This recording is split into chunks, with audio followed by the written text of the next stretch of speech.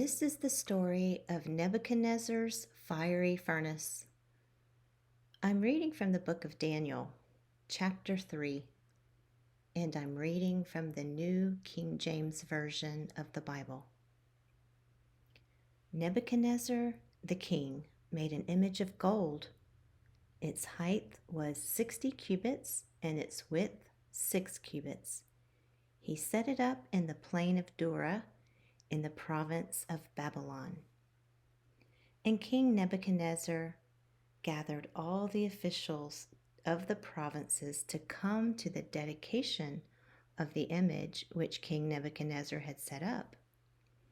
So the satraps, the administrators, the governors, the counselors, the treasurers, the judges, the magistrates, and all the officials of the provinces gathered together for the dedication of the image that King Nebuchadnezzar had set up, and they stood before the image that Nebuchadnezzar had set up. Then a herald cried aloud, "To you it is commanded, O peoples, nations, and languages, that at the time you hear the sound of the horn, flute, harp, lyre, and psaltery, in symphony with all kinds of music, you shall fall down and worship the gold image that King Nebuchadnezzar has set up.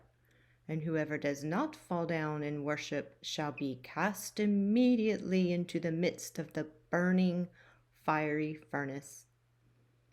So at that time, when all the people heard the sound of the horn, flute, harp, lyre, in symphony with all kinds of music, all the people, nations, and languages fell down and worshipped the gold image which King Nebuchadnezzar had set up.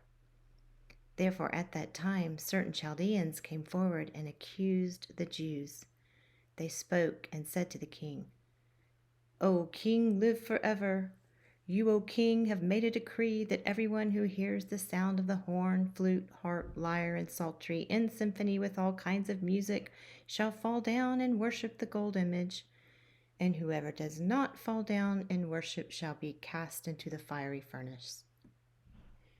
There are certain Jews which you have set over the affairs of the province of Babylon, Shadrach, Meshach, and AbedNego.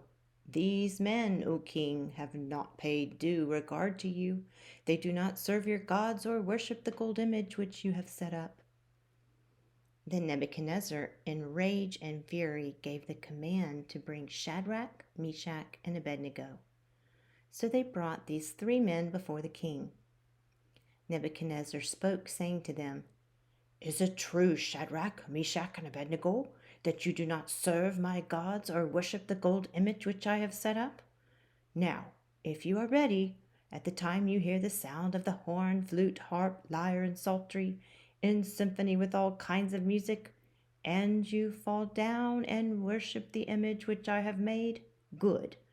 But if you do not worship, you shall be cast immediately into the midst of the burning fiery furnace. And who is the God who will deliver you from my hands?" Shadrach, Meshach, and AbedNego answered and said to the king, "O Nebuchadnezzar, we have no need to answer you in this matter. If that is the case, our God whom we serve is able to deliver us from the burning fiery furnace, and he will deliver us from your hand, O king. But if not, let it be known to you, O king, that we do not serve your gods, nor will we worship the gold image which you have set up." Then Nebuchadnezzar was full of fury, and the expression on his face changed towards Shadrach, Meshach, and AbedNego. He spoke and commanded that they heat the furnace 7 times more than it was usually heated. And he commanded certain mighty men of valor who were in his army to bind Shadrach, Meshach, and AbedNego and cast them into the burning fiery furnace. Then these men were bound in their coats, their trousers, their turbans, and other garments, and were cast in the midst of the burning fiery furnace. Therefore, because the king's command was urgent and the furnace exceedingly hot, the flame of the fire killed those men who took up Shadrach, Meshach, and AbedNego. And these three men, Shadrach, Meshach, and AbedNego, fell down, bound into the midst of the burning fiery furnace. Then King Nebuchadnezzar was astonished, and he rose in haste and spoke, saying to his counselors, "Did not we cast three men bound in the midst of the fire?"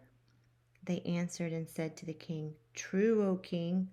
"Look," he answered, "I see four men loose, walking in the midst of the fire, and they are not hurt, and the form of the fourth is like the Son of God."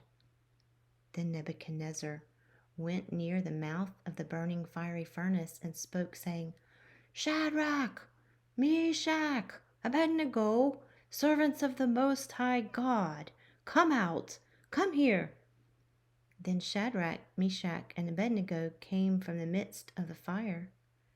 And the satraps, administrators, governors, and the king's counselors gathered together, and they saw these men on whose bodies the fire had no power. The hair on their head was not singed, nor were their garments affected, and the smell of fire was not on them.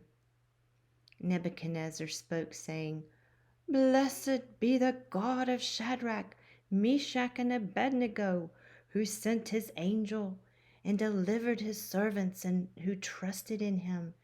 And they have frustrated the king's word and yielded their bodies that they should not serve nor worship any god except their own God. Therefore, I make a decree that any people, nation, or language which speaks anything against the God of Shadrach, Meshach, and AbedNego shall be cut in pieces, and their houses shall be made an ash heap, because there is no other God who can deliver like this." Then the king promoted Shadrach, Meshach, and AbedNego in the province of Babylon. This story took place in the city of Babylon, which was a very great city, the most powerful city in the world at that time. And the king was Nebuchadnezzar, and he had taken many of the Hebrews away from Jerusalem and taken them captive for 70 years, and then they returned. But Shadrach, Meshach, AbedNego, and Daniel were all teenagers when they were sent over to Babylon away from their homes, taken from their parents. And some of them actually served the king. They became leaders, but yet they wouldn't bow down to the king's statue. Their boldness helped King Nebuchadnezzar acknowledge that the God of Israel is the true God. What would you do if someone asked you to bow down to a statue or a person, and in your heart you knew that the God of the Bible is the true God and he alone deserves your worship? What would you do? I love this story. I love their faith, and I love their bravery. Good night.